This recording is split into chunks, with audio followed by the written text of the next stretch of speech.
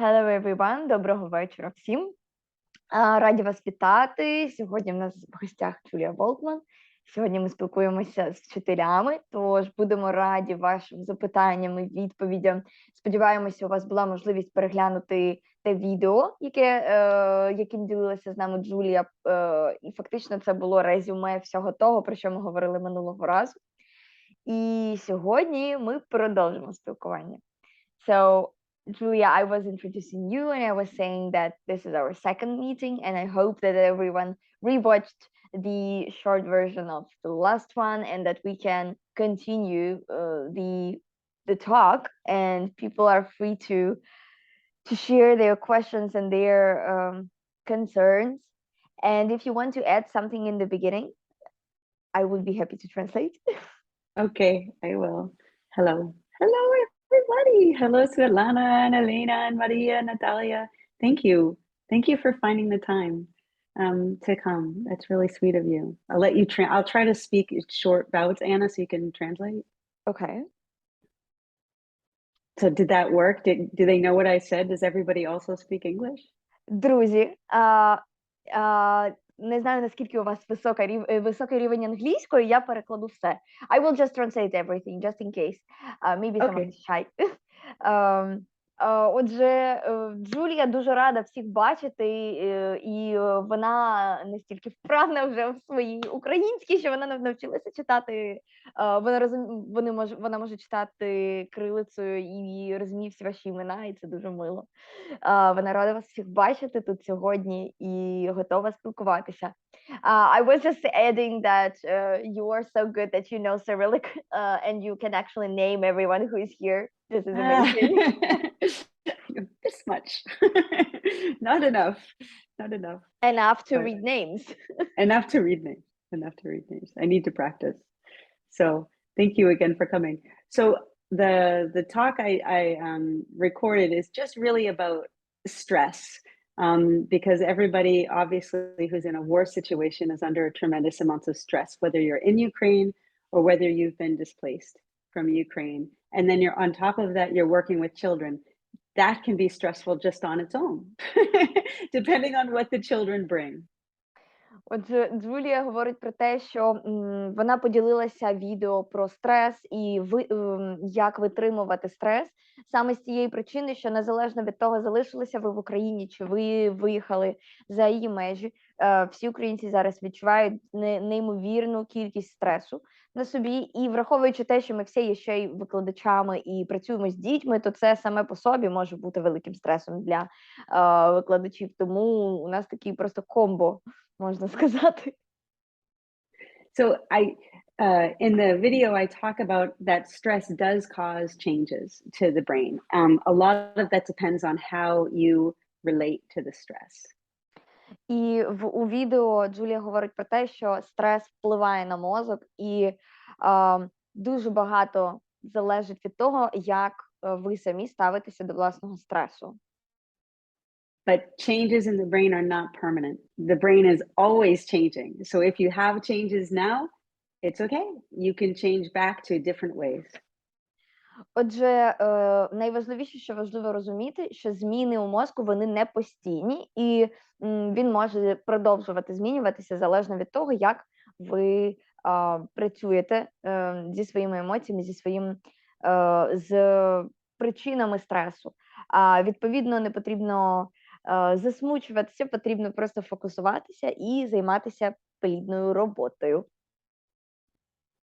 So, yeah, so the children also that you're working with, the children are feeling a lot of stress, and they also have those changes in their brain. Також діти, з якими ми працюємо, вони також відчувають весь цей стрес, і так само він впливає на їхній мозок і на їхні процеси у мозку. But there are many factors that can protect our brains against maladaptive changes. Існує багато факторів, які можуть захистити наш мозок від таких маладаптивних суттєвих змін. Probably the most important of these is patience with ourselves. Найважливіше це бути бути у контакті з собою і бути I forgot how to translate the word patience. Oh my God. Друзі, як сказати patience українською? Я абсолютно, в мене вилетіло це слово. Коли ми дуже... Допоможіть мені хтось, будь ласка, в мене вилетіло українське слово з голови. I lost my Ukrainian. This is very embarrassing. It's okay. Patience is patience – це те, коли ми можемо коли ми повільно рухаємося і ми, Боже, допоможіть мені хто-небудь. Being kind Так, to yourself, так, even when you really mess up. Бути до себе добрим, не зважаючи на те, що навіть якщо відбувається щось, що нам не подобається, щось, що нам здається неприйнятним. Терпіння. О, слово терпіння. Бути терпінням. Терпіння. Дякую, терпіння є. Okay. Because when we're under this chronic stress, it is more likely that we will have acute stress responses. Чим довше ми знаходимося під впливом стресу, тим гострішою може бути наша відповідь на стресові чинники, тим менше ми ніби контролюємо себе. So knowing that can be helpful because when we're working with ourselves or with others, we just have to always put patience first because everybody is a little too reactive. Отже, навіть просто знаючи те, що знаходячись під тривалим стресом, ми реагуємо на все гостріше, просто усвідомлюючи це, ми вже можемо регулювати власні емоції, тому що завдяки терпінню ми можемо трошечки сповільнюватися і ніби прям фізично сповільнювати власну реакцію, давати собі трошечки часу вдихнути, видихнути для того, щоб справді відчути, яка насправді є емоція, а не реагувати моментально. І пам'ятати про те, що якщо люди навколо так само швидко реагують і емоційно, то це в першу чергу пов'язано з тим, що вони знаходяться в постійних умовах стресу. So there are many things that we can do to help protect our own selves. And by protecting ourselves, we actually protect others because then we'll be less likely to jump on people. Отже, коли ми знаходимося в цих умовах, коли ми відчуваємо, знаємо ці процеси, і коли ми прислухаємося до себе, терпляче ставимося і сповільнюємося, то у нас набагато вищі шанси вести здорову комунікацію, не встрибувати в ці емоційні перепалки і так само не реагувати на емоційні випади інших людей в нашу або в чиюсь іншу сторону. So in the Montessori classroom, some things that will really help the children as well as we adults is having a sense of agency or a sense of self-efficacy, a belief that we are capable. Отже, в Монтессорі класі є такий принцип розуміння того, що ми здатні на все. Ми така внутрішня підтримка і повне усвідомлення того, що кожен із нас може робити все, що він захоче. Немає такого поняття, як ти чогось не можеш, так? So being able to take care of one's physical needs and aiding their independence, helping them to help themselves, will help develop resiliency as a protective factor against stress. Отже, навіть знаходження у класі і допомога дітям зробити ті речі, які вони роблять самостійно, так, тобто ті постулати, які нам заповіла Марія Монтессорі, проста робота в класі і повернення дітям їхньої власної відповідальності за себе, за свої дії, уже це теж допомагає вибудовувати власну стійкість і власне вміння контролювати себе. Another thing that really helps is having some dreams or something you're working for, some goals, some aspirations, something to look forward to. Інша штука, яка дуже допомагає, це якась мрія або якась чітка ціль, яка у вас намічена в майбутньому і до якої ви слідуєте. Це має бути щось конкретне, але щось таке, що вас заводить і драйвить іти вперед. And these can be small or large goals. Something for a child could be just, I want to make my mother a card to tell her I love her. And that's a goal to work toward. They may work towards it over many days. It doesn't have to be a one and done thing. I thought you said about the goal, this is for the teacher, but also for It's the... for both. For both, It's okay. for both. Yeah. Отже, про ціль, тут знову мова заходить не тільки про вчителя, але й про дитину, тобто виставляючи собі якісь цілі на майбутнє, так само ми можемо виставляти якісь цілі дітям, і це може бути щось максимально просте, навіть створити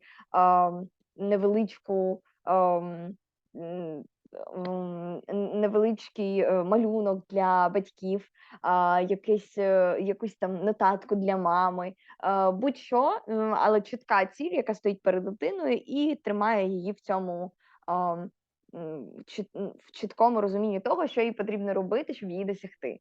Це теж дуже допомагає. And for the teacher, the goals can also be smaller or larger. Your goal could be, I really want to get this new material made and put out on the shelf.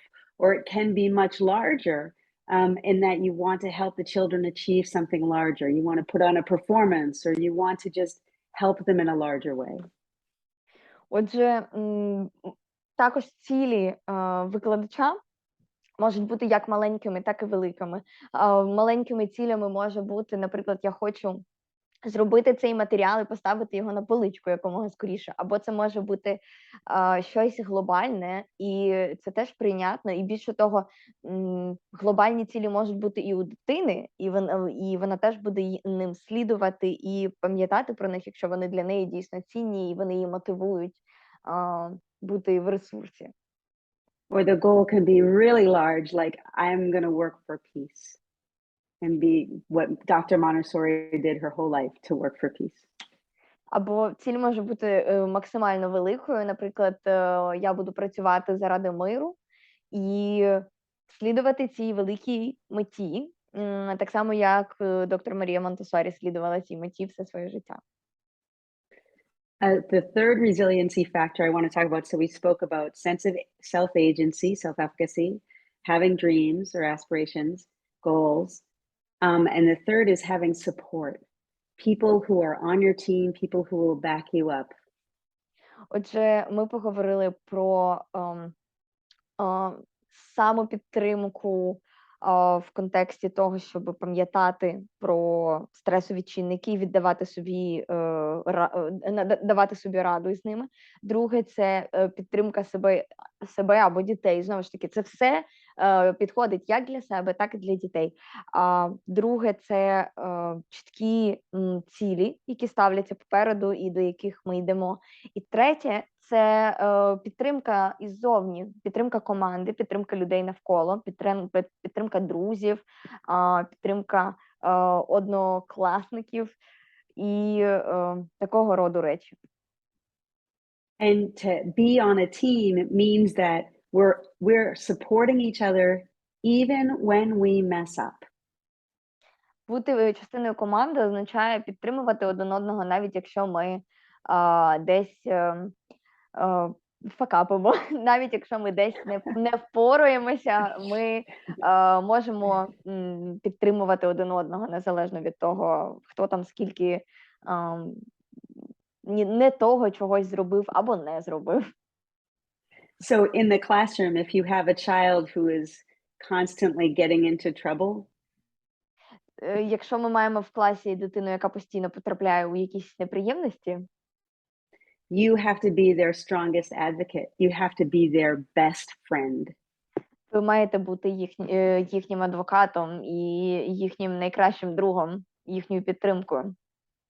I'll tell you a quick story about a boy in my class who was awful He was violent with the other children.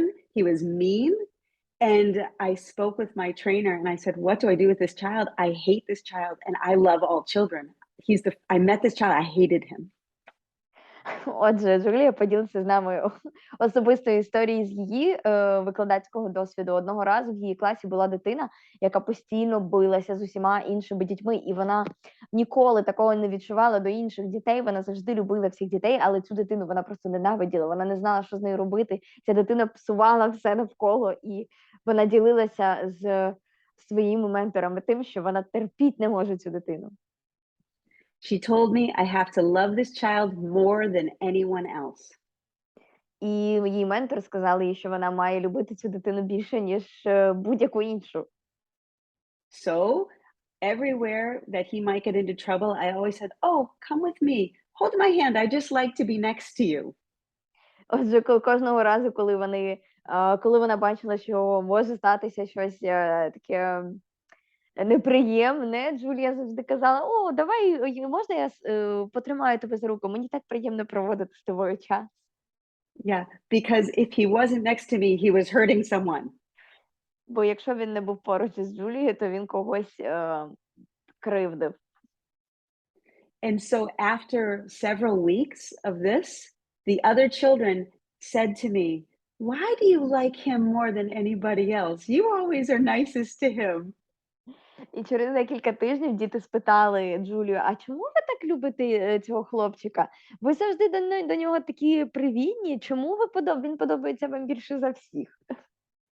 And that made everyone else much more patient with this child. І це зробило решту дітей набагато терплячішими з цією дитиною. It was hard to be patient with this child. Це було дуже важко навіть для Джулії бути терплячою з цією дитиною. And we weren't at war. It was just hard. І це навіть не було під час війни, це була просто звичайна школа. You add war on top of that, and it's so much that we need extra patience and extra support.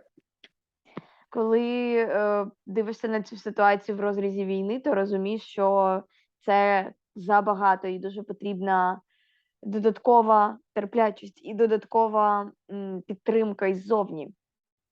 And this is why the work that you are all doing in being here, the work that Montessori UA and Anna are doing is so important because you all have a team. You all have a team that you're on. І тому Джулія вдячна нам всім за те, що ми присутні тут, і кожен із нас працює на власному фронті, а також команді Montessori UA за те, що ми зараз робимо з українською освітою Монтессорі і як намагаємося її рухати. Thank you, Julia. For your kind words. It's just the truth. So, and one way to help with resilience, the fourth factor, is having a light heart and remaining positive. This is the fourth factor. Yes. Четвертий фактор – це мати тепле серце і в той же час бути резистентним, бути стійким до змін. So finding a way to uplift yourself every day. Знаходити шлях, підтримувати себе і ніби допомагати собі підбадьоритися щодня. So that's just enough to get us started, I'm hoping. I can speak more, but if there are questions, I'd love to just have a conversation with people. Джулія вважає, що для початку цього достатньо. Вона б дуже хотіла мати з нами усіма зараз відкриту бесіду, тому у кого є запитання, давайте їх задавати, будемо спілкуватися. So if you want to say what's happening in your class or in your school or with your children, I'm happy to just talk about it, what you're seeing. Якщо ви хочете поділитися тим, що відбувається у вашому класі з дітьми, якісь конкретні ситуації, це не має бути якісь глобальні питання. У нас, скоріше, тут група підтримки викладачів, тому не соромтеся ділитися якимись своїми історіями, навіть найпростішими на перший погляд. Діліться своїми якимись питаннями або проблемами, які вам не вдається вирішити на рівні класу, і Джулія буде рада допомогти. I see Svetlana. She's moving her camera, so she probably will say something.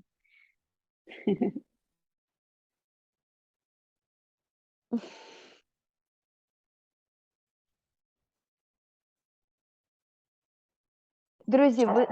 О. Я можу на українській, а можу на англійській, як краще. Але моя англійська не... Краще українською, а потім англійською, або якщо тобі зручніше, я можу перекласти. Як тобі зручніше? Окей, я, напевно, краще українською, бо помилок боюсь наробити. Окей, Світочка, я тільки на секунду тебе переб'ю, бо я бачу, що зараз люди ще приєдналися, я їм швиденько поясню формат, і ми почнемо. I see that a couple of people joined, so I will quickly explain them the agenda and the way, and then Svetlana will start. Друзі, всі, хто тільки приєднався, всім доброго вечора. Ми вже півгодинки, як спілкуємося з Джулією, не переживайте, буде запис, але зараз у нас відкритий мікрофон, і ми по черзі задаємо питання, базові питання про те, які у вас проблеми в класі виникають, і чим би ви хотіли поділитися, але не знаєте, як вирішити якісь питання. От Світлана починає. Я б хотіла запитати, я насправді зараз не працюю, але живу в будинку, де в нас біля 6 дітей. І от мені цікаве таке питання, це діти, які, в принципі, стикнулися з війною, багато що побачили.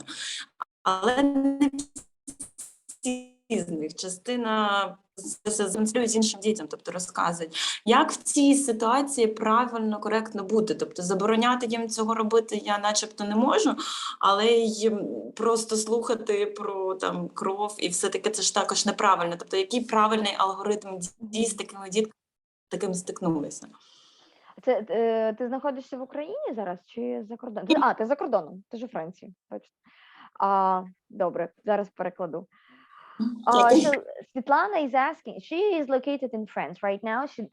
She does not work, but she has a community of Ukrainian children that also came there escaping from the war. And there are children that survived a lot, like occupation, sitting in the basements of the buildings with corpses and stuff like terrible things. And there are children that didn't have that experience. So those first group of children is sharing their experience with other children. And Svetlana's question is what to do, because she feels that this is inappropriate and kind of traumatizing for other children, but at the same time, she doesn't want to stop them from sharing. So she is wondering, is there any way to make it somehow nicer, like what to do? Yeah. Oh, what a good question. That's so hard, Svetlana.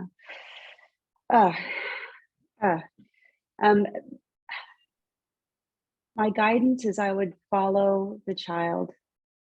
How are the children responding in what's been shared so far? What have you seen in their responses and what's already been shared? This is a question for her, right? Yeah. Отже, на думку Джулії, найважливіше це все-таки спостерігати за дітьми. І вона просить поділитися, який ти спостерігала на даний момент фідбек від дітей, які чують всі ці історії, як вони реагують, що ти бачиш? Просто проблема в тому, що якщо діти кажуть такі речі, вони їх кажуть так, як вони їх побачили, тобто доволі жорстко про кров, про вбивства, про автомати, про військових. І це все доволі колоритно. І, наприклад, дівчат це відверто лякає, які з цим не стикалися, які цього не бачили, які вчасно виїхали. Я відчуваю, що діти емоційно, наприклад, більш стурбовані, ніж були до того, як почали чути ці розповіді. І, в принципі, потім протягом дня вони більш такі знервовані. Я б не сказала, що в сам момент розповіді з ними щось відбувається, там, що вони плачуть чи кричать, але в цілому, протягом дня ти потім спостерігаєш, що діти, знервовані. От це видно просто. So Svetlana notices that first of all, children, they do not choose words, and so they just explain what they saw with all the details, like killing and blood and all the things. So what she knows is that in the moment nobody shows like signs of that they are scared or they are crying or something like that, but during the day their behavior becomes much more like they are moving more, they are more stressed, they are irritated. So she noticed this. Yeah. So the child who is talking, or the children who are talking, the first thing is they need to talk. Найперше, це діти, які діляться такими речима, або дитина, їм потрібно виговоритися, це важливо. But you are right that you want to protect the other children. І також, Світлана, ви праві, що ви маєте захистити інших дітей. So there are several possibilities. The first is to, when you have a quiet moment with the child or a private moment with the child, invite them to discuss it with you.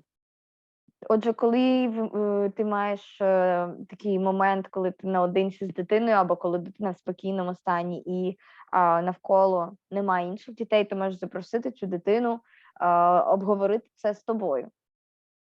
And then we need to acknowledge that they're feeling that they're experiencing that, and then we redirect the attention. І ми маємо спочатку максимально показати їм, що для нас важливо, щоб вони поділилися, що ми їх чуємо, що для нас це, що їхні почуття нами цінуються, а потім ми маємо перенаправити їхню увагу. We want to offer compassion, we want to acknowledge the truth, and we don't want to suppress anything, but then we guide them to something more useful for them. Ми показуємо їм, що ми співчуваємо, даємо їм це співчуття, ми даємо їм виговоритися, ми поважаємо їхні почуття, і ми не хочемо їх ні в якому випадку стримувати ці почуття, але потім ми перенаправляємо їх на продуктивну діяльність, якою вони можуть зайнятися. The reason for this is that if they're always revisiting the trauma, they are getting strong brain networks for living in trauma.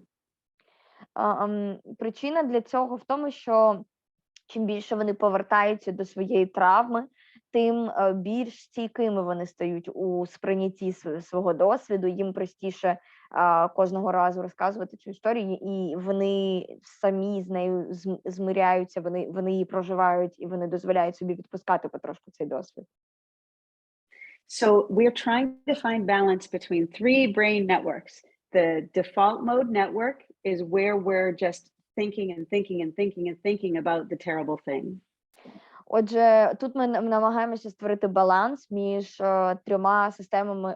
трьома функціональними станами нервової системи. Перший стан – це таке, can you name it? Default mode network. Thinking. Отже, це типу думання за замовчуванням. Така собі система, яка працює за замовчуванням, це негативні думки, які повторюються знову і знову і знову. Це перша система.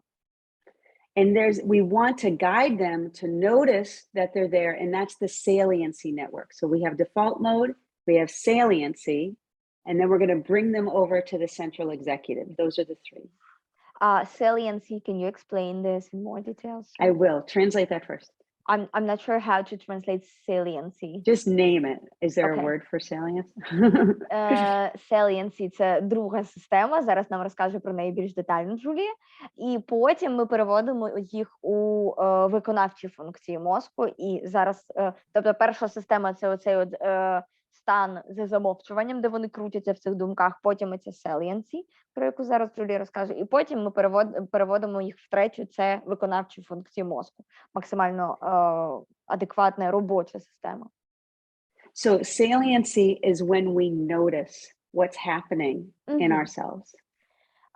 Тобто це помічання, це друге saliency, це помічання того, що відбувається з нами, це усвідомлення. Давайте назвати це усвідомленням. So when we see them talking about the trauma, we are acting as their saliency network. Отже, коли ми бачимо, що вони постійно говорять про свою травму, ми замінюємо їм цю усвідомлюючу систему мозку, коли ми допомагаємо їм помітити, що вони знаходяться і повторюють цю історію заново. And we're modeling what they can do, which is to say, that's where our compassionate moment is. We say, oh, I can see that you're so upset. These are such terrible things. І ми моделюємо те, які відчуття вони відчувають. Тобто, враховуючи історію, яку вони розказують, ми помічаємо, ми говоримо, я можу уявити, наскільки тобі важко, наскільки тобі гірко. Залежно від ситуації, знову ж таки, дивимося, залежно від того, чим ділиться дитина. Let's see if we can find something to take your mind off of that. Давай подивимося, це знову ж таки ми говоримо з дитиною, давай подивимося, чи є щось, на що ми можемо перенаправити твою увагу, і що могло б допомогти тебе розрадити. And then you guide them just like you would guide them for any material. You think to yourself, okay, I know that this child loves this material or loves this activity. Let me guide them to get involved in that. And when they are actively engaged with something, that's their central executive. Угу. І далі ви шукаєте для цієї дитини таку діяльність, яка, на вашу думку, була би для неї цікавою. І, в принципі, це не відрізняється від звичайного пошуку активності для дитини у випадку там істерики, коли потрібно перенаправити її когнітивні функції в щось конкретне. Ви згадуєте, які активності любить ця дитина, пропонуєте їй щось, що їй подобається, що в неї гарно виходить, даєте їй цю активність і таким чином включаєте їй executive function, а це, власне, система виконавчих функцій мозку, яка найбільш продуктивною є. So we're doing the same things for ourselves. І ми робимо такі самі речі для себе. When we notice that we are caught up in all the upset, we have to notice. And the first step is to notice so that we're not just stuck in it. Once we notice, we can say, okay, that is really upsetting, but I'm going to turn my attention to something more skillful. Так само ми робимо і з собою, коли дуже важливо, коли ми засмучені, коли нас переповнюють емоції, помітити себе в цьому моменті, помітити, що з нами це відбувається.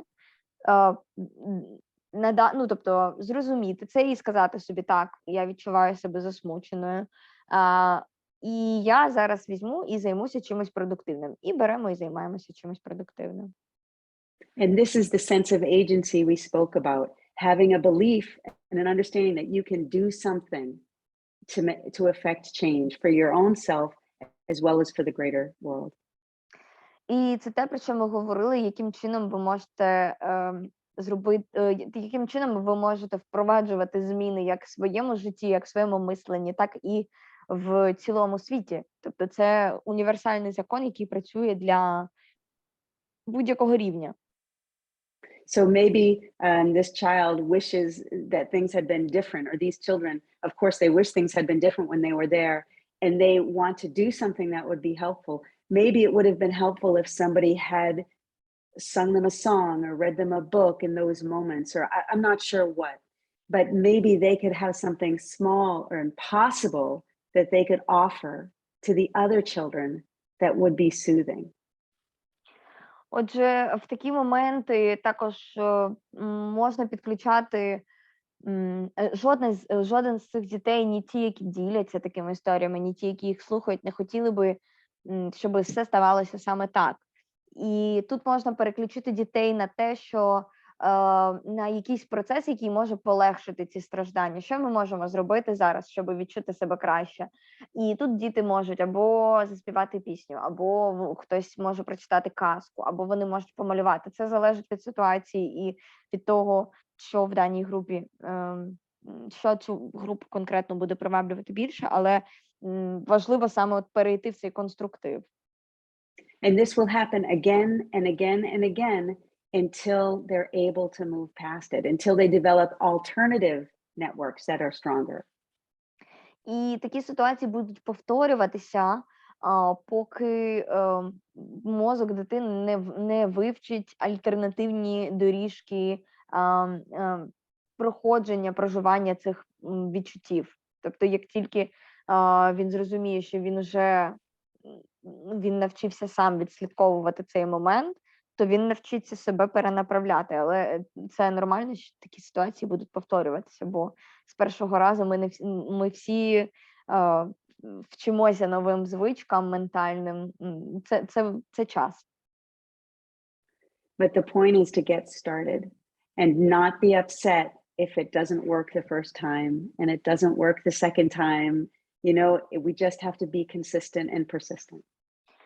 Головне почати і не переживати, якщо не спрацює першого разу і не спрацює другого разу. Головне бути послідовними, повторювати і зразу в раз. І рано чи пізно воно буде допомагати змінювати шлях роботи мозку дитини, і це допоможе. Не втрачайте. So don't give up. Don't give up. But I have to tell you, I don't need to tell you that because you, Ukrainians, are the most resilient people I have ever encountered. Джулії навіть не потрібно нам говорити, не здавайтеся і будьте витривалими, тому що ми, українці, найвитриваліші люди в світі, і це вже всіма доказано, і вона не бачила більш витривалих людей в своєму житті. Thank you for your answer and your support. It's very important for us now. I hope it helps. I hope it helps. Дякую, Світланочко, за запитання. Друзі, якщо хтось тільки приєднався, ми тут ділимося історіями, життєвими історіями з класу і просто ділимося якимись моментами, які викликають у вас ступор, ви не знаєте, як з ними вчинити, або навіть просто щось просте, можливо, вам просто хочеться розказати щось, що вас турбує, і попросити підтримки. Це у нас вільний мікрофон, тому не соромтеся і вперед. Natalia Prubylska is showing that she's sitting in Kiev and there is no light. You know that we have constant shutdowns of the light because Russians are attacking our electricity power plants, so we don't have light sometimes. Yeah, you look beautiful, Natalia. Наталія В'ячеславівна, ви прекрасно виглядаєте в темряві. Хто хоче поділитися, включайте мікрофончики і задавайте свої питання. Бачу, у нас тут навіть є представники з державних секторів. Це я про вас, пані Феруза. Цікаво, як у вас відбуваються зараз ці процеси, насправді, адаптації дітей, як вони реагують, наскільки вони проявляють свій стрес. Діліться, це група підтримки, ми тут для того, щоб вам допомогти. Навіть кіт мій прийшов. Я поки включала мікрофон, у мене вже свічка погасла. Можна я задам так в темноті? Можна. Я хочу скористатися можливістю задати питання Джулії, яка є спеціалістом не тільки в Монтессорі-педагогіці, але й спеціаліст з розвитку мозку. Я хочу спитати її думку щодо сенситивних періодів. Тому що, незважаючи на те, що Марія Монтессорі описувала сенситивний період порядку, існує думка, яка належить Елізабет Л. Шматтісен з Нідерландів, яка вважає, що сенситивного періоду розвитку порядку не існує, тому що сучасні дослідники не виявили в мозку ділянки, яка саме відповідає за цю функцію. Що може сказати з цього приводу Джулія? Дякую. Цікаве запитання, дякую. So Natalia is asking you a very interesting question about sensitive periods, and she's asking you not only as a Montessori educator, but also as but also as a person that is specialized on the brain development. And her question is actually about sensitive period of order. So according to the new data from the scientists from Netherlands, there is no such sensitive period of order because they are kind of they are not acknowledging this sensitive period because they didn't find the specific brain area that is responsible for the order. So what is your opinion on this? Science geeks. Okay. Okay. First of all, science is evolving. You cannot, one study tells us nothing. Одне дослідження не може сказати нічого, тому що насправді наука, вона постійно знаходиться в розвитку. Це не щось стало, що один раз придумали, якийсь закон винайшли, і все, більше він ніколи не змінюється. We have to have many studies before you can actually start to believe it. Потрібно провести серію досліджень перед тим, як насправді якась теорія виправдовується і її можна вважати сталою. I haven't seen the study you speak of, but I don't think you'll find one particular area that's order, because order is throughout the brain. Джулія не бачила конкретно цього дослідження, але на її думку немає конкретної зони, що відповідає за порядок, тому що порядок, він за нього відповідає дуже багато зон мозку, і взагалі те, як влаштовані зони мозку, саме по собі є певним порядком. You can tell how important order is to the child because of their sensitivity, not only to physical order, as Dr. Montessori described, but to the invisible order of our routines and procedures.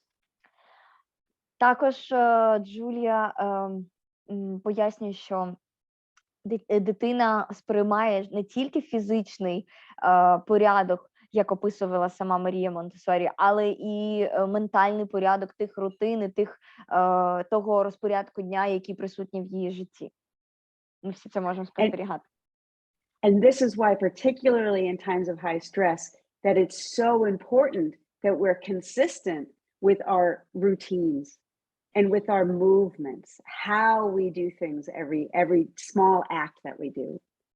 І це одна з причин, чому під час стресу і під час війни дуже важливо зберігати ці рутини і зберігати як ментальні рутини, і те, як ми щодня будуємо день, так само і наші рухи, те, яким чином ми рухаємося, якісь всі деталі, починаючи там від дороги на роботу і дороги в школу, і закінчуючи тим, як ми презентуємо речі, от всі ці детальки дуже важливі.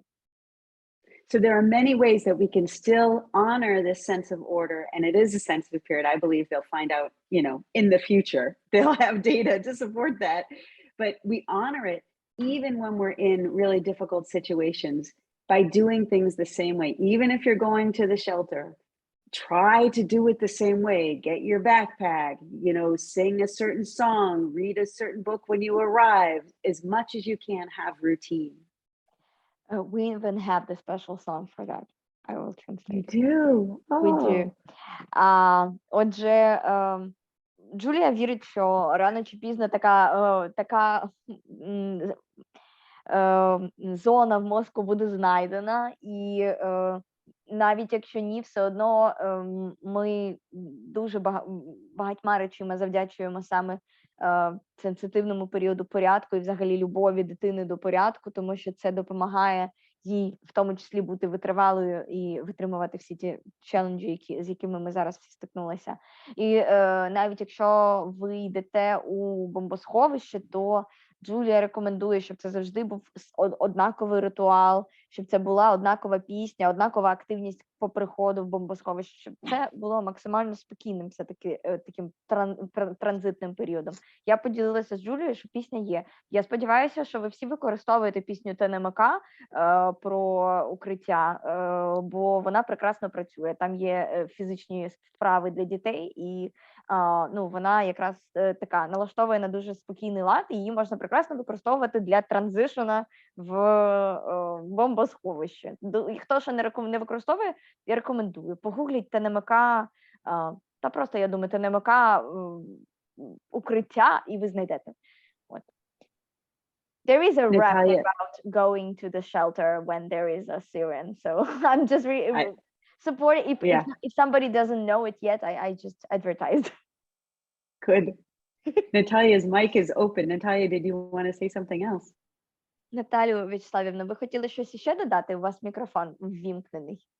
Дуже дякую за підтримку, тому що коли я почула ту інформацію, про яку я розказала, я була дуже розгублена, і я розуміла, що наука дійсно розвивається, і дуже сподіваюся, що це буде знайдено. І навіть якщо ні, то у нас є ще гуманні людські тенденції, і там теж період і упорядкованість, прагнення до цього, воно діє комплексно. Тому дякую за те, що я все ж таки вірила в те, що ми на одній хвилі, і Марія Монтессорі не дарма цей сензитивний період розглядає першим і як базовим. Дякую. Дякую, Наталія Вячеславівна.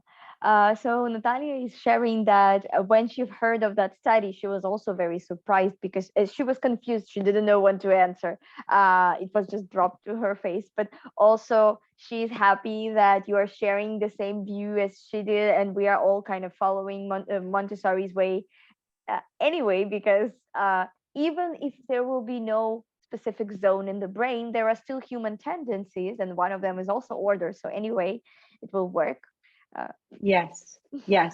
So the biggest guidance I can give you here is to be a skeptic. Do not believe every research piece you read, okay? We need to have a lot of good research, and they publish terrible research, still gets published.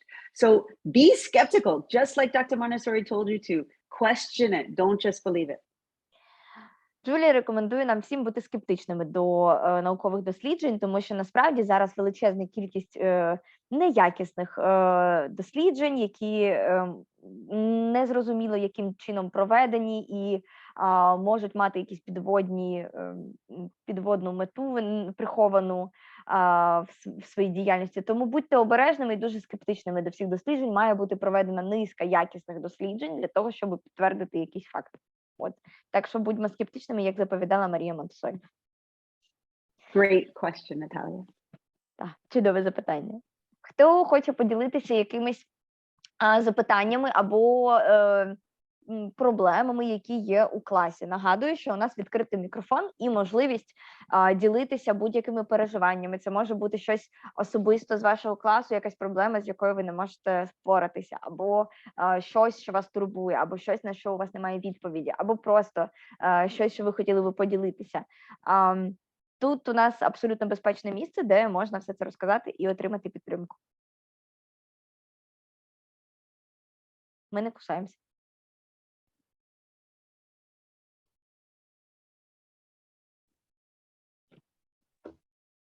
Анна, я Можна хотіла запитати, якщо можливо, хто перший буде.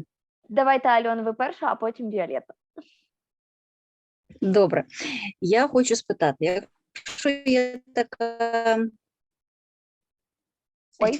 ситуація, трошки. що клас зараз переміщені, хтось там вийшла. Все, розвисли, слышно, все що? нормально. Зараз чутно, кажіть. Добре. Дуже такий мікс, різні дітки з різною історією, як вони всі потрапили до цього класу. Є дітки, які з особливостями, і вони припинили задавати питання вчителю, щоб ніяк на них там не поглянули, там щось їм не сказали, щось таке. Що можна в присутності чи окремо з цією дитиною?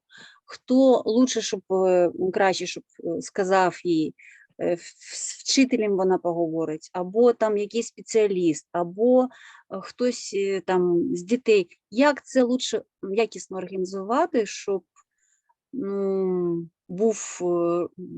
ребенок був такий свободний, да, щоб він мог все казати, що думати, як це і було. Ага. З якого боку лучше підійти? Хто до нього лучше? Підкажіть, будь ласка, вік. З досвіду. Да? Вік йому вже 13. 13. дитині І 13. я так розумію, ви його знали до війни, і він змінився завдяки якомусь Так, травмуючому фактору. я працювала в класі до війни, і ми його адаптували, і дуже було все гарно, і навіть під час війни все було, ну, так, мабуть, щось, звісно, змінилось, але було достатньо добре на час. А зараз Зовсім. він не спілкується зовсім, я правильно Не зрозуміла? спілкується. Він не спілкується, він, головне, він не дає питання вчителям, він не розуміє, але не запитує, бо він Мгм. соромиться якось Мгм. так виглядати в глазах Окей. учнів. Ага, зрозуміла. Дякую за запитання. Альона is Дякую. asking, she's working in the school and she has a 13-year-old student. And she observed him, so she works there for a long time, and she observed him since pre-war time, pre-full-scale war. So before that time, he was completely normal. He was normalizing like all the children, and he was getting some progress. But after the war started, he became very quiet, and now he doesn't ask questions if he doesn't understand something. And Alona feels that this is because he feels he doesn't want to be embarrassed in front of other children or something like that. And she's wondering how to support him, who should support him, and what should be the order to support him. Does he have friends who are he's close with? Anyone in the classroom or the environment? Чи є у нього хтось, з ким він близький в класі?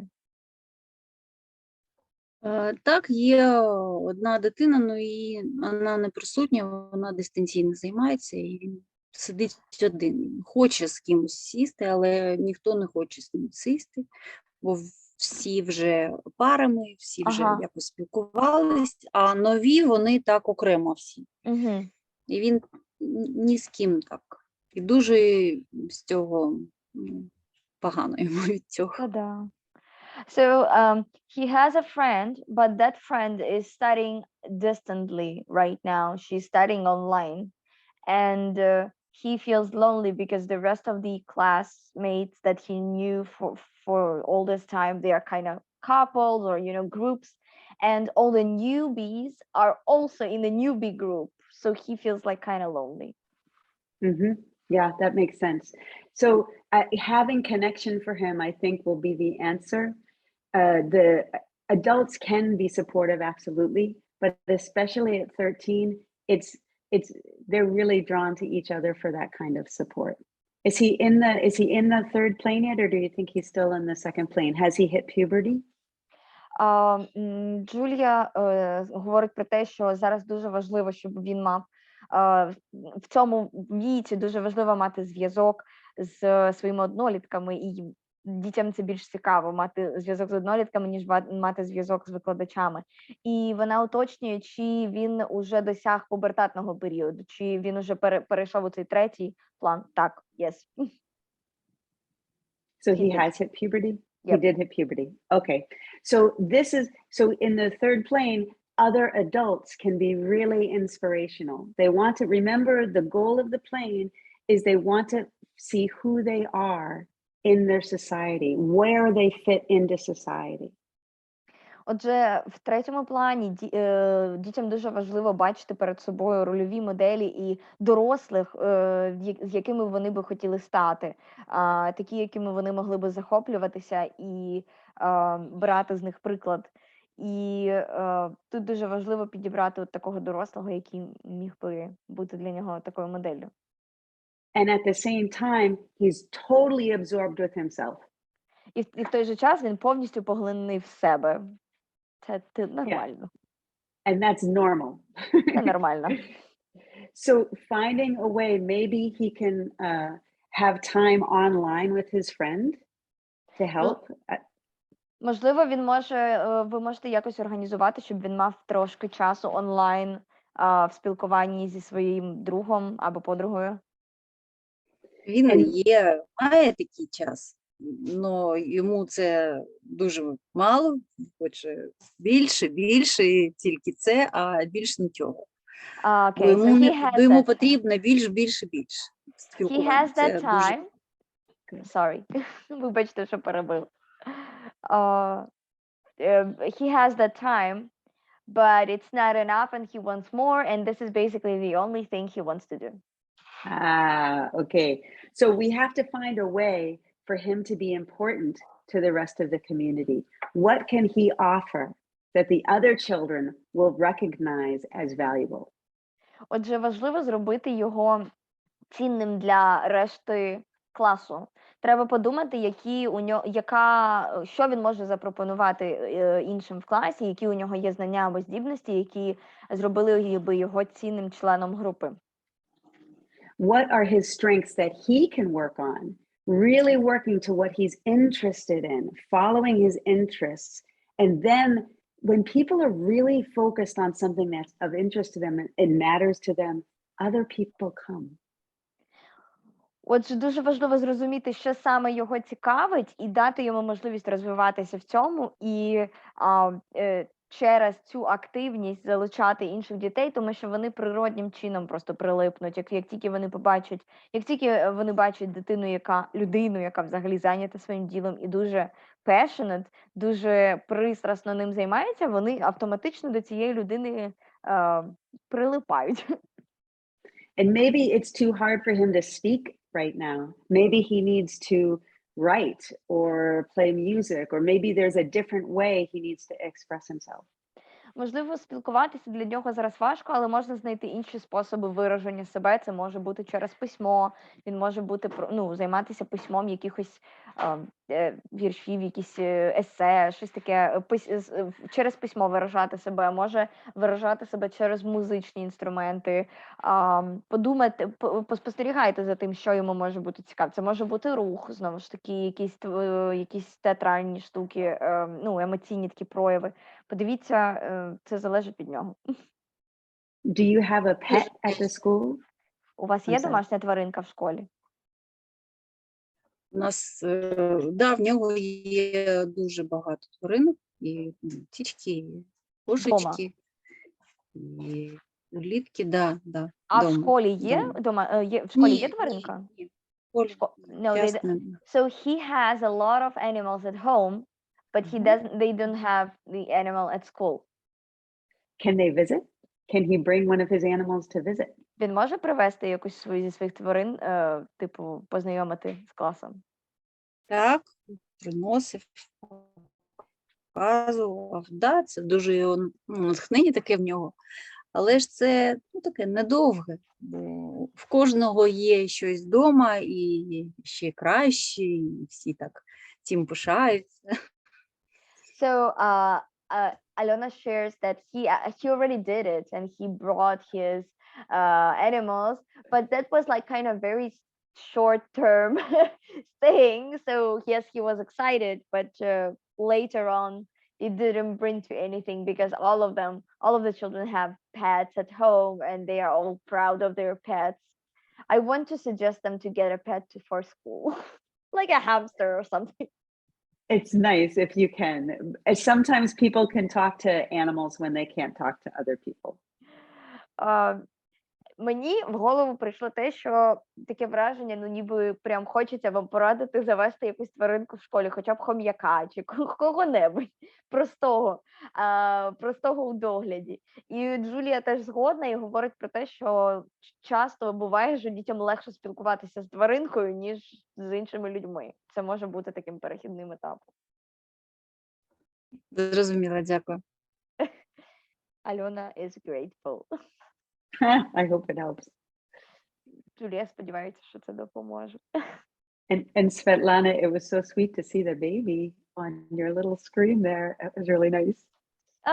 Світлана показала нам свою дитину, і Джулі було дуже приємно її бачити.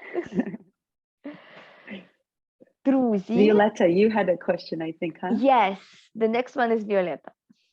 Так, я хотіла запитати, в нас хлопчик вже дуже давно прийшов в перший клас, і він був дуже емоційний, він не любив, коли до нього торкаються, і він був дуже такий крикливий, дратівливий, і ми все чекали, спостерігали за ним. Там, я купила стільчик, який рухається, щоб він міг постійно не сидіти спокійно, бути в русі і робити щось руками.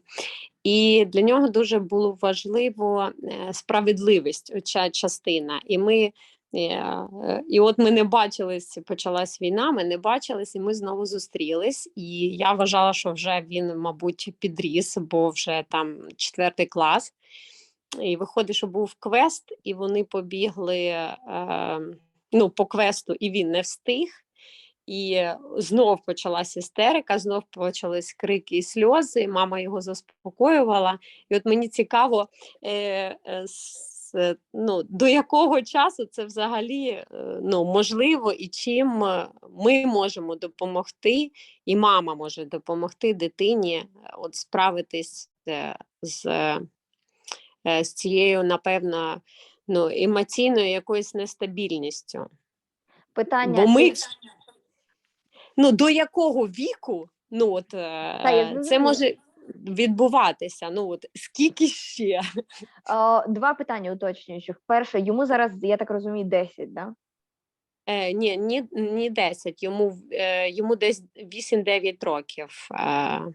Просто якщо 4 клас, я собі так порахувала, окей, десь 9. І друге питання, він так емоційно реагує тільки на несправедливість чи на все?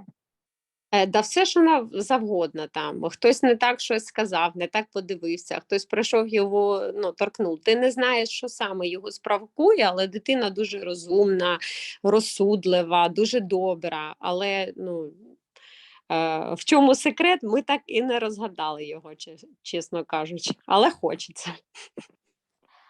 Дякую.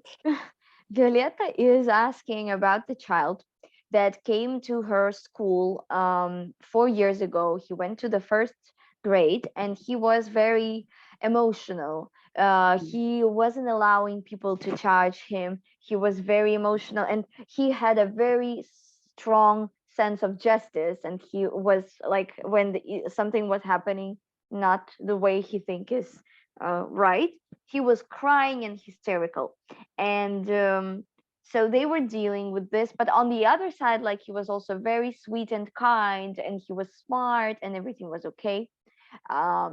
So then the war started, and he was coming to the school for several years. And after the war started, of course, people left, and then at some point now, in this academic year, they reunited and they saw each other. And Violetta hoped that now he will finally be, like, he will grow up. Right now, he is on the 4th grade, so he's around 9 years old.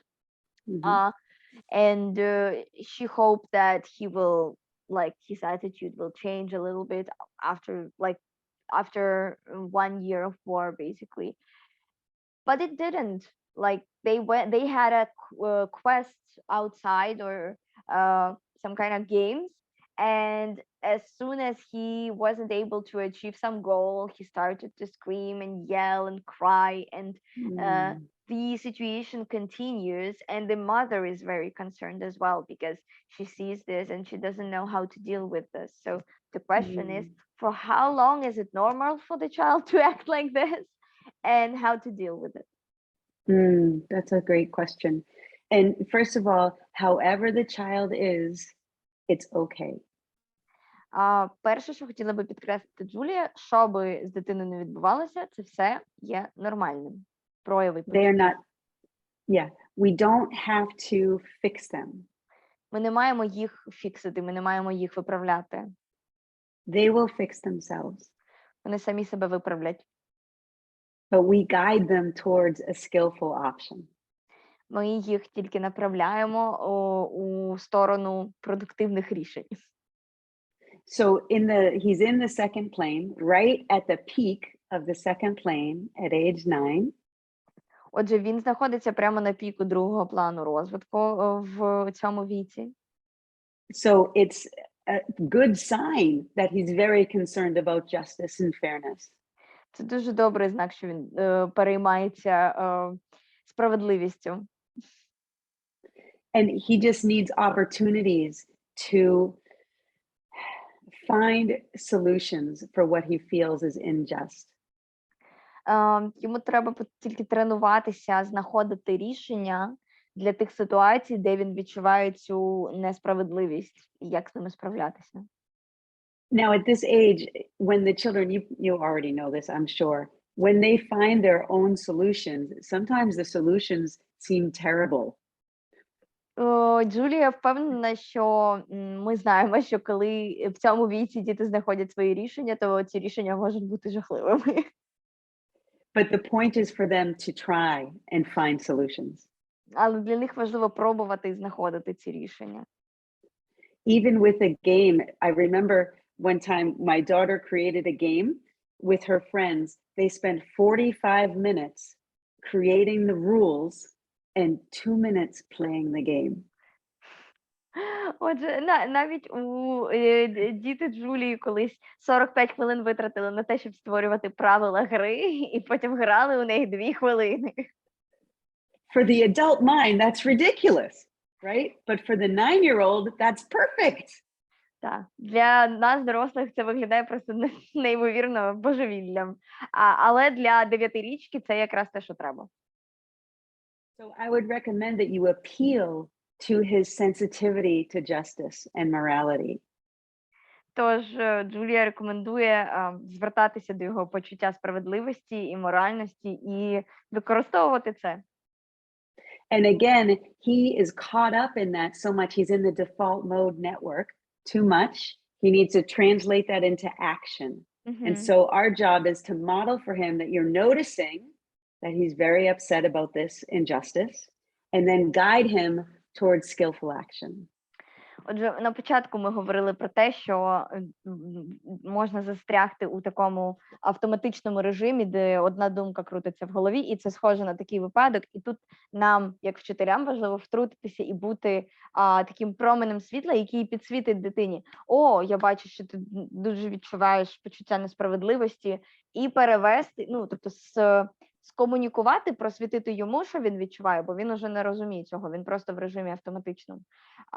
І також земпатувати йому, я бачу, що для тебе це дуже важливо, і перенаправити його в продуктивне русло. Давай зробимо щось продуктивне разом, придумаємо якусь гру, придумай якусь класну, справедливу гру. So just as we spoke about with Svetlana's question, we're modeling for them how to be compassionate about things that are upsetting, but not get stuck in them. Move ourselves into skillful action.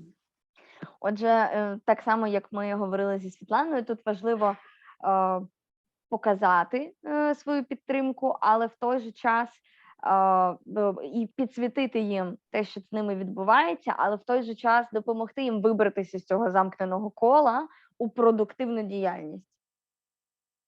So basically, unless the child is doing something that is dangerous, destructive, or demeaning, we don't have to jump in and change it.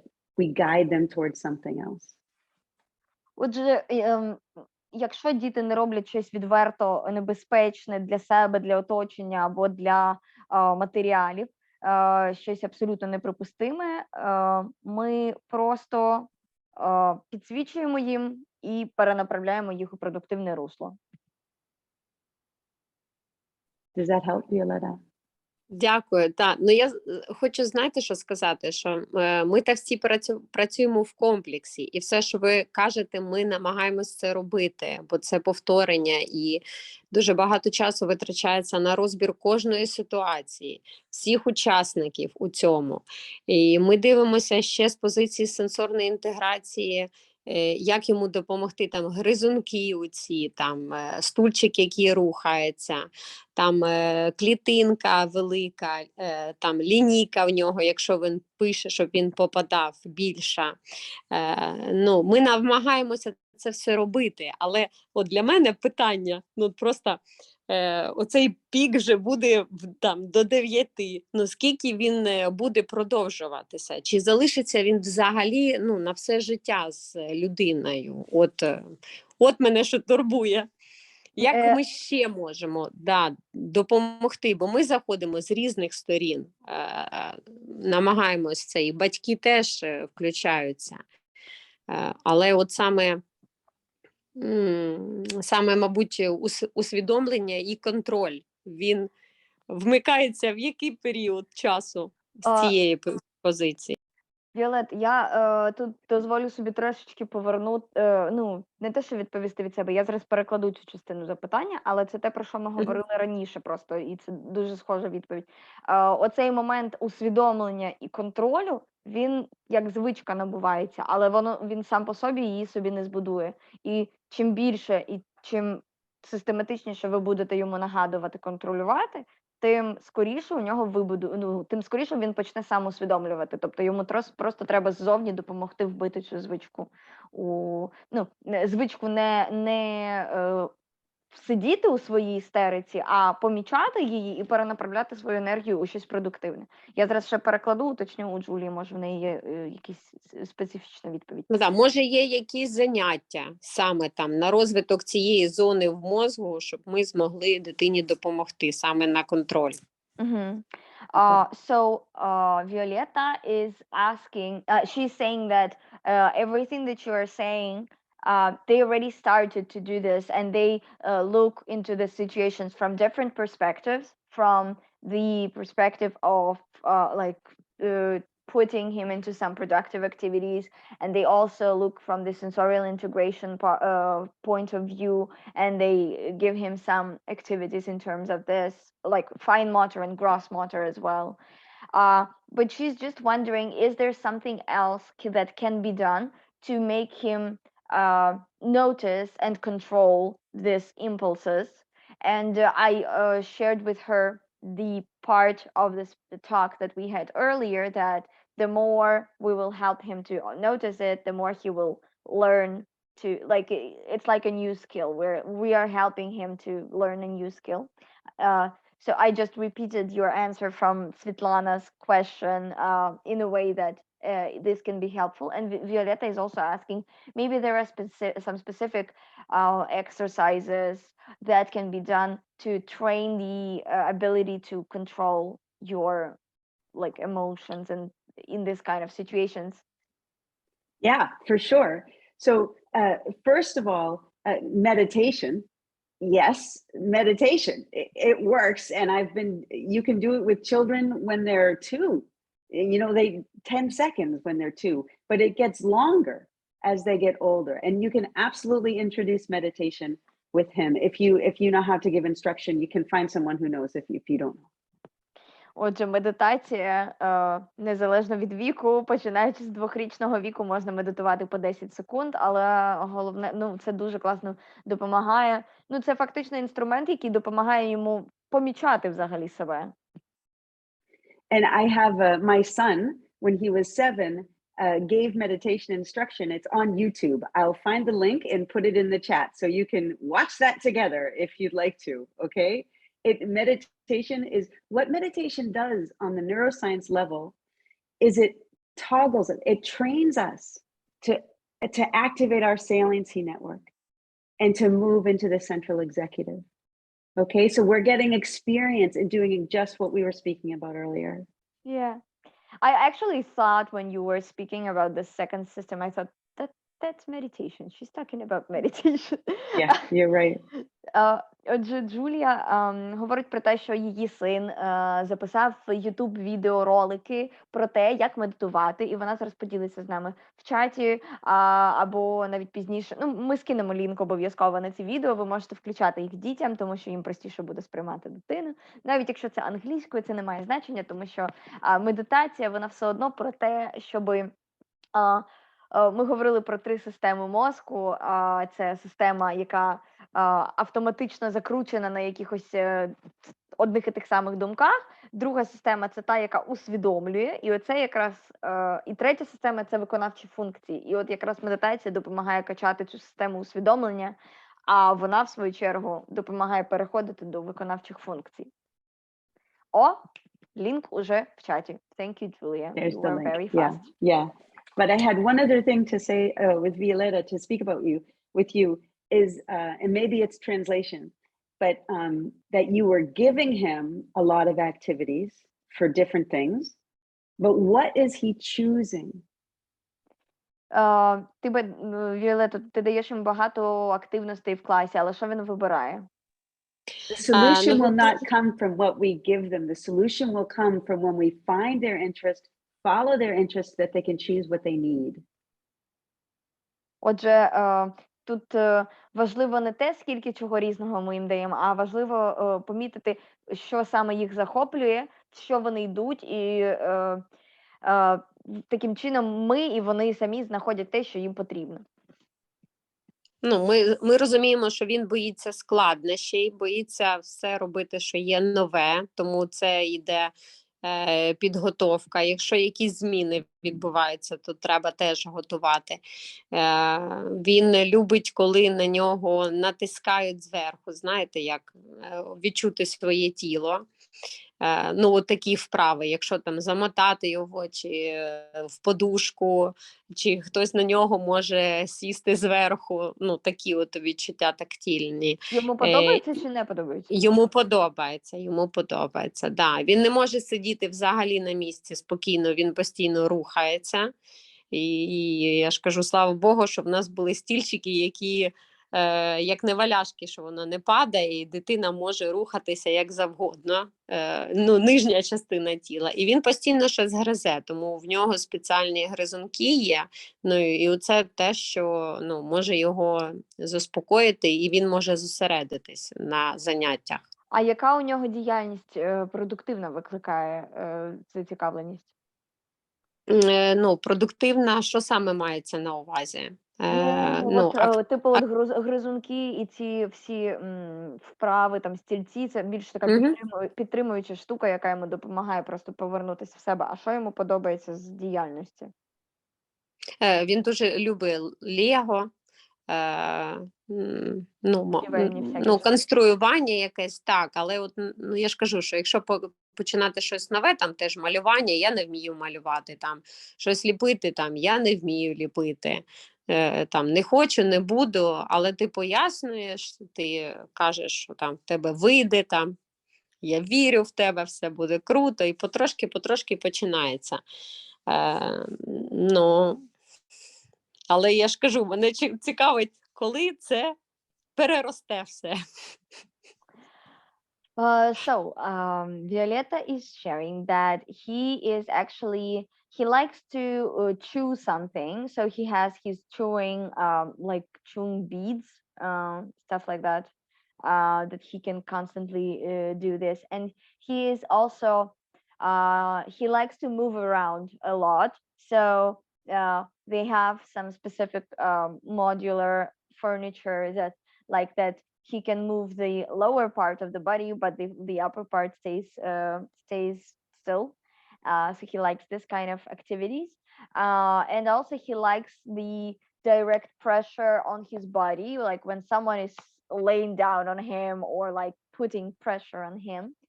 And I asked about the academic activity, what he likes to do in like educational areas, in the cognitive areas. He likes the construction and building blocks, Lego and stuff like this. Він дуже любить математику, I'm sorry. Он дуже любить math. I was just going to ask that. Yeah, it sounds like he needs to find his challenge, and he also needs a lot of exercise. So as much as you can, include movement in the activity. So doing things at distance, put half of the activity on one half of the room and the other half on the other half of the room. So just to do it, he has to walk back and forth. Виглядає, що йому дуже потрібні фізичні вправи, і йому ще потрібно знайти таланти, які в нього є. І для того, щоб він більше рухався, можна якомога більше, звичайно, фізичних вправ впроваджувати, в принципі, для нього. Але ще можна просто брати активність і половину активності залишати на одному кінці класу, іншу на іншому кінці класу, щоб він щоб робити цю активність, йому потрібно було ходити з однієї частини в іншу, і таким чином також тренувати свої м'язи і трошечки виводити гормони. It sounds like he also needs heavy work. So find heavy things for him to carry. In my classroom, we had a set of encyclopedias, you know, the books. I don't know if you still have them, but I would have one student who needed heavy work and needed to move. She would carry up 3 at a time to the upstairs to the other classroom who didn't need it. But she told me anytime that this girl needs to go, just send her to my class with some books. And so we would just up and down the stairs all day with heavy things. Також Джулія відчуває, що, можливо, йому потрібне фізичне навантаження з важкою вагою. Тож, що вона робила в своєму класі, у них була дівчинка, в якої була схожа потреба, і у них були енциклопедії. І щоразу, коли вони бачили, що цій дівчинці потрібне якесь фізичне навантаження, вони просили цю дівчинку віднести енциклопедії в клас наверху. І навіть якщо там не потрібні книжки, вона брала ці книжки по 3 за раз, тягала їх наверх і вниз, і ходила туди-сюди, поки всі не перетягнуть. Так що подумайте, що можна потаскати. And don't interrupt. If he's ever concentrating, never interrupt his concentration in order to do the heavy work. But it's there when he needs to settle down. That's when you offer it. Ніколи не переривайте його концентрацію, але пропонуйте її в ті моменти, коли коли він не зайнятий чи якоюсь конкретною роботою, а його потрібно якраз навпаки заземлити. Because the answer for him will come when he can truly concentrate on something outside of himself.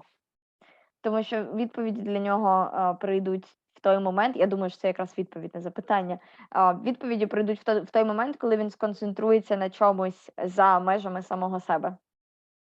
And that will happen when you find out what he's truly, deeply interested in. What is he drawn to? І це станеться тільки тоді, коли ви усвідомите, що саме його цікавить, що насправді його захоплює. It's like for each of us, we are working with children. We are working to remove the confusion in the world. We are working for Montessori education because that is what truly interests us. Це так само, як з нами. Ми працюємо з дітьми, ми розвиваємося, робимо те, що ми робимо, тільки тому, що це Монтессорі, робота в цій сфері, це те, що нас надихає і те, що нас захоплює. And when we're really interested, we can overcome obstacles like not having electricity in Kyiv right now and being here anyway. І коли щось нас дійсно захоплює, то нам на перешкоді не стає ніщо, навіть відсутність світла в Києві і відсутність електрики, ніщо не стає на заваді. This is very sweet, Julia.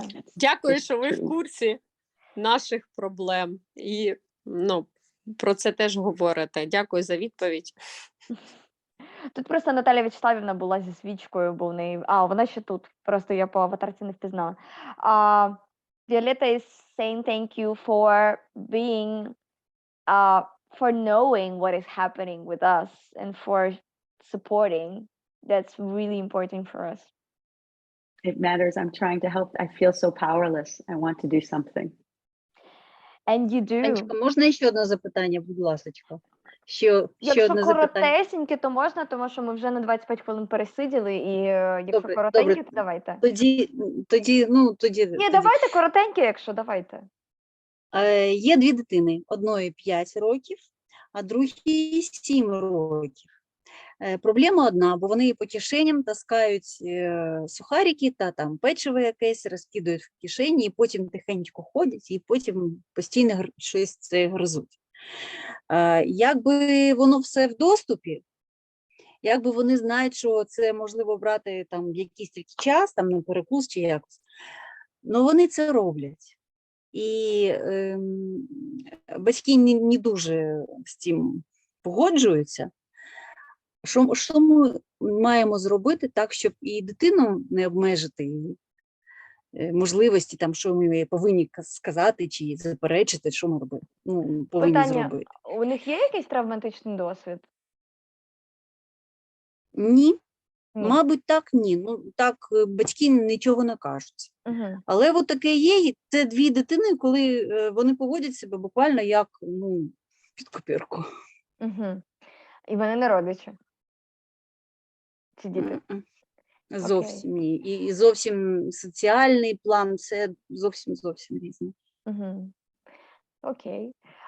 Julia, so Alyona asked to ask one more question, and I see that we overrun the time very much, but still, like, it's the last question, and it's a short one about two children that she has in the classroom, and they tend to take like snacks and hide them in the pockets and have a snack any time of the day, and they like, but they have access to the snacks basically the whole day, so they can just take it from the plate and eat it, like, just use the common rules of having snack. But no, they both, and these two children, they are not relatives, they are from very different social situations, but still they are, and they don't have, so as far as Alyona knows, they don't have any like traumatic background, but they both have this tendency, and Alyona is wondering, is there something can be done? Yeah. This happens everywhere. Це нормально, стається всюди. So the first snack, how old are the children, Olana? Скільки років дітям? 5 і 7. 5 і 7. 5 and 7. But yeah, exactly. So, okay, first of all, are you in Ukraine? Так, це в Україні. Це ж в Україні, да? Альона, це в Україні відбувається? Yeah, they are in Ukraine. Yeah. Okay, so they may have a sense that there is a need to make sure they have some food with them, right? Because that's the situation. They may feel like they want to make sure they just have a little something in case they need it, yeah? Might be. Можливо, у них є відчуття, що оскільки вони в Україні, оскільки ситуація така, то їм не завадить мати щось в кишені на всяк випадок. Ні, No, це не you're not пов'язано going з to shelter? це точно і це. В них не все це. є. Вони повністю всім забезпечені, вони спокійні, вони дуже такі радісні, It's not that. але постійно гриз. She's sharing that it's not that. They are very calm, they are very like relaxed. They just want to have snack in their pocket. Okay, that's fine. So then the answer is grace and courtesy. Okay. Okay, first of all, choose your battles. So see if this is something that's really worth taking on or not. And if it is, the answer is grace and courtesy.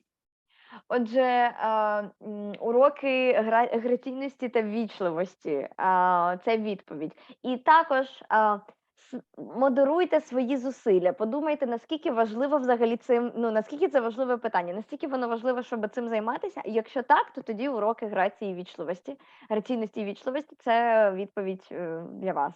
Але подумайте, чи воно дійсно того варте, тому що в цілому це нормально модерована ситуація. Yeah.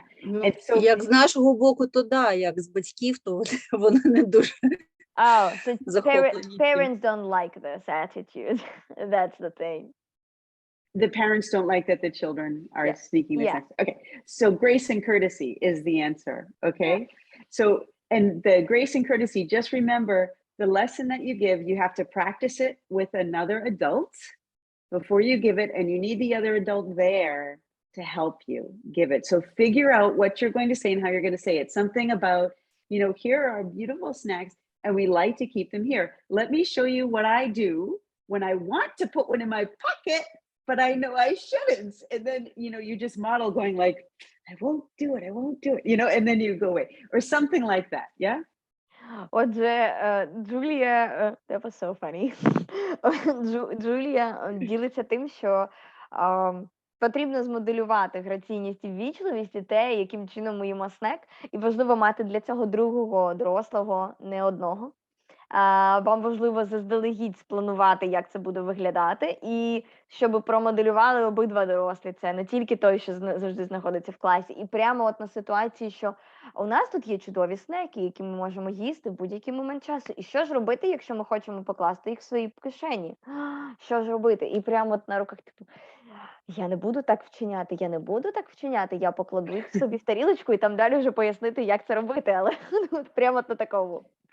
I don't know what the right behavior is. Think of yourself when you want to eat, you know, the third cookie, and you're like, what do you do so you don't eat a third cookie? All right. That's what you want to teach them, a skillful alternative.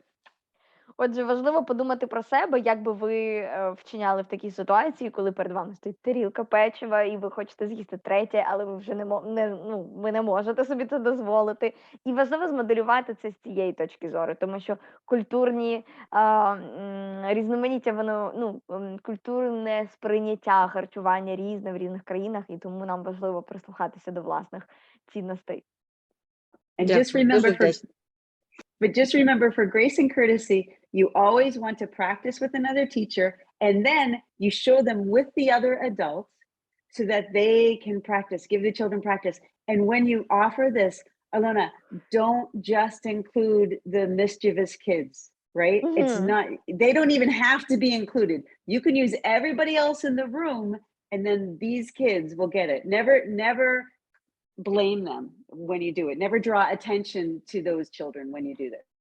Отже, коли дуже важливо спланувати це заздалегідь, цю мікровиставу з іншим дорослим, показати її разом з іншим дорослим і попросити змоделювати, але дуже важливо не просити моделювати саме цих дітей. Взагалі не треба на них звертати увагу зайву в цей момент, тому що вони і так все зрозуміють. Їм просто подивитися, а потім подивитися, як це моделюють інші діти. Цього достатньо. Не потрібно на них особливу увагу звертати в цей момент. Because remember, the children's attention is where our attention is. So if we put all our attention on the trouble, they will put their attention on the trouble.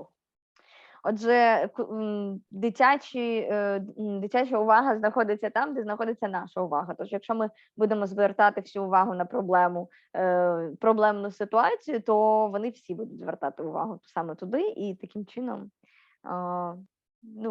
буде менше толку. So this is a good time to practice being stupid. You practice being dumb, because pretend that you don't even notice that they keep stealing the snacks. You don't even notice, and you're just doing this for some other reason. Okay? So it's good to be, sometimes it's good for them to think we're dumb. It's fine. Краще це все зробити таким чином, щоб вони навіть не запідозрили, що це через них зроблено. Краще прикинутися дурненькими, що ми тут взагалі не в курсі, що вони тирять їжу. А просто зробити це для всіх. I hope that helps. Дякую. She's grateful. I see that time ran out and we need to let you go. I'm so happy to be here. Likewise, we are very happy to host you and to share our experience with you. This is very valuable for us. Thank you. You're very welcome. And I love to help if I can at all. If this was useful, I'm happy to help at any point. Just let me know. Джулія завжди рада нам допомогти, і вона каже про те, що будь-що, що може допомогти, вона завжди готова, тільки дайте знати, і вона завжди з нами підтримує нас. Thank you. My heart is with you. Давайте наставимо сердечок. Ану, поставте сердечко всі Джулії.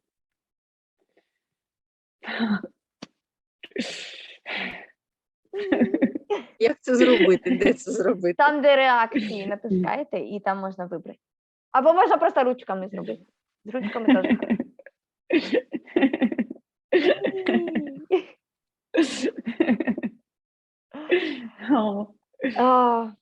Друзі, я бажаю вам всім гарного вечора. Дякую, що приєдналися, незважаючи на всі умови. І ми з вами побачимося на наступних зустрічах. Julia, I'm saying that I'm very grateful to everyone for for coming, even though there was no light somewhere. It's very valuable for us. And we will see each other somewhere else around on our courses and our other meetings. and hope to see you soon as well, Julia. I hope so.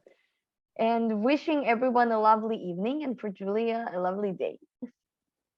Thank you. Good luck. Good